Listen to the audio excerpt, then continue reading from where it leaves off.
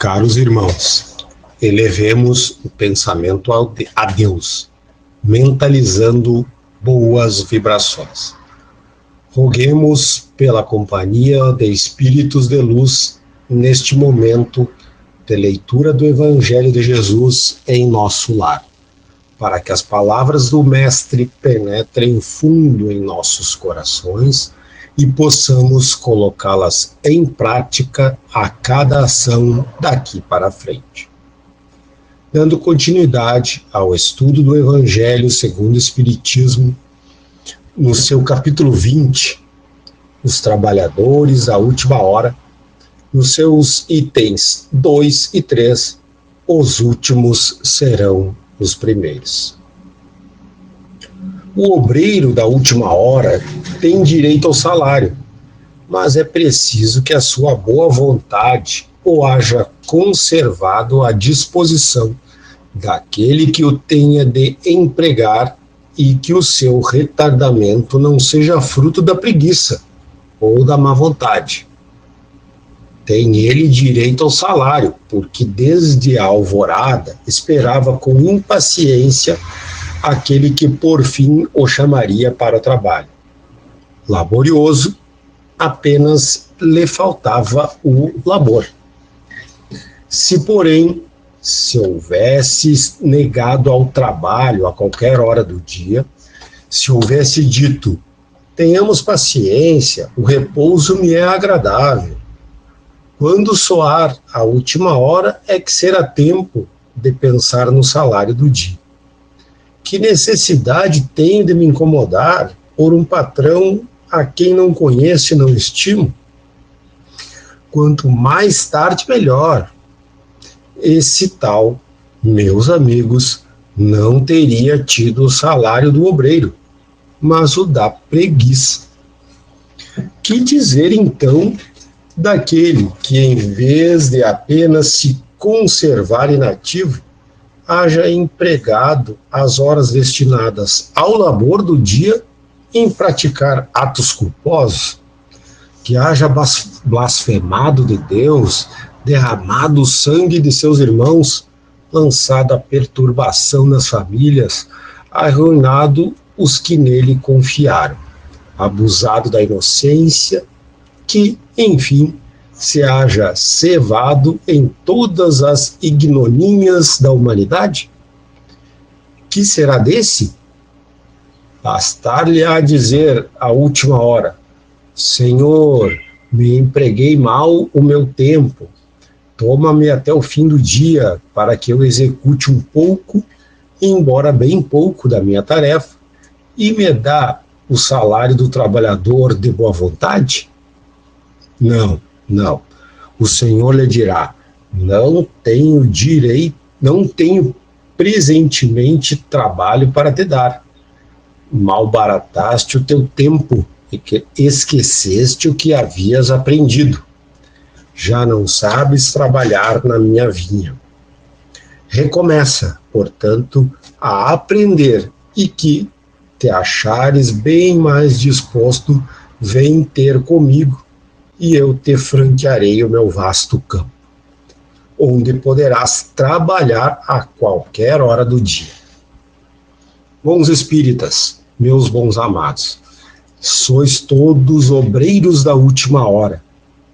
Bem orgulhoso seria aquele que dissesse, comecei o trabalho ao alvorecer do dia e só o terminarei ao anoitecer. Todos viestes quanto fostes chamados, um pouco mais cedo, um pouco mais tarde, para a encarnação cujos grilhões arrastais. Mas há quantos séculos e séculos o Senhor vos chama para a sua vinha, sem que quisesseis penetrar nela? Eis-vos no momento de embolsar o salário.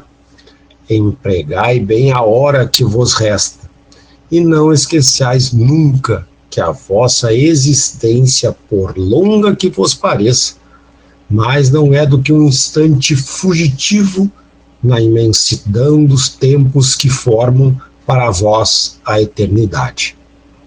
Constantino, Espírito Protetor, Bordeaux, 1863. Jesus gostava da simplicidade, dos símbolos, e na sua linguagem máscula, os obreiros que chegaram na primeira hora são os profetas, Moisés e todos os iniciadores que marcaram as etapas do progresso, as quais continuaram a ser assinaladas através dos séculos pelos apóstolos, pelos mártires, pelos pais da igreja, pelos sábios, pelos filósofos e, finalmente, pelos espíritas. Estes que por último vieram foram anunciados e preditos desde a aurora do advento do Messias, que receberão a mesma recompensa. Que digo, recompensa maior. Últimos chegados, eles aproveitam dos labores intelectuais dos seus predecessores, porque o homem tem de herdar do homem e porque coletivos são os trabalhos humanos. Deus abençoa a solidariedade. Aliás, muitos dentre aqueles revivem hoje, ou reviverão amanhã, para terminarem a obra que começaram outrora. Mais de um patriarca, mais de um profeta, mais de um discípulo do Cristo, mais de um propagador da fé cristã se encontram no meio deles, porém, mais esclarecidos, mais adiantados, trabalhando, não já na base, mas sim na cumeira do edifício. Receberão, pois, salário proporcionado ao valor da sua obra. O belo dogma da reencarnação eterniza e precisa a filiação espiritual. Chamado a prestar contas do seu mandato terreno, o espírito se apercebe da continuidade da tarefa interrompida, mas sempre retomada. Ele vê, sente que apanhou de passagem o pensamento dos que o predecederam. Entra de novo na lição, amadurecido pela experiência, para avançar mais. E todos, trabalhadores da primeira e da última hora, com os olhos bem abertos sobre a profunda justiça de Deus, não mais murmuram, adoram. Tal um dos verdadeiros sentidos dessa parábola, que encerra, como todas as que Jesus se utilizou falando ao povo, o germen do futuro e também, sob todas as formas, sob todas as imagens, a revelação da magnífica unidade que harmoniza todas as coisas do universo. A solidariedade que liga todos os seres presentes ao passado e ao futuro. Henri Ern, Paris, 1863.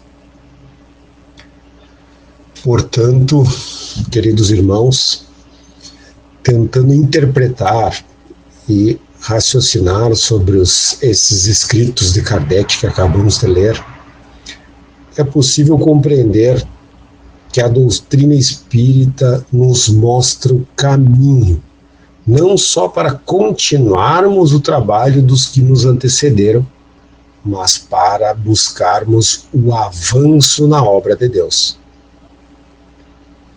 Assim, seguindo este preceito básico da doutrina, concluímos este momento de oração, emanando os melhores pensamentos a todo ser que se cruzar no nosso caminho.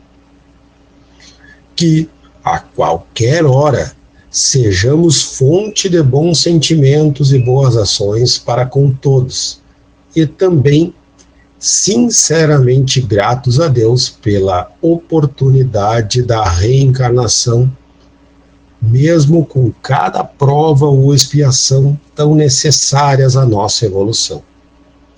Agradecemos a companhia dos Espíritos de Luz neste momento de prece inteligível em nosso lar. E que assim seja.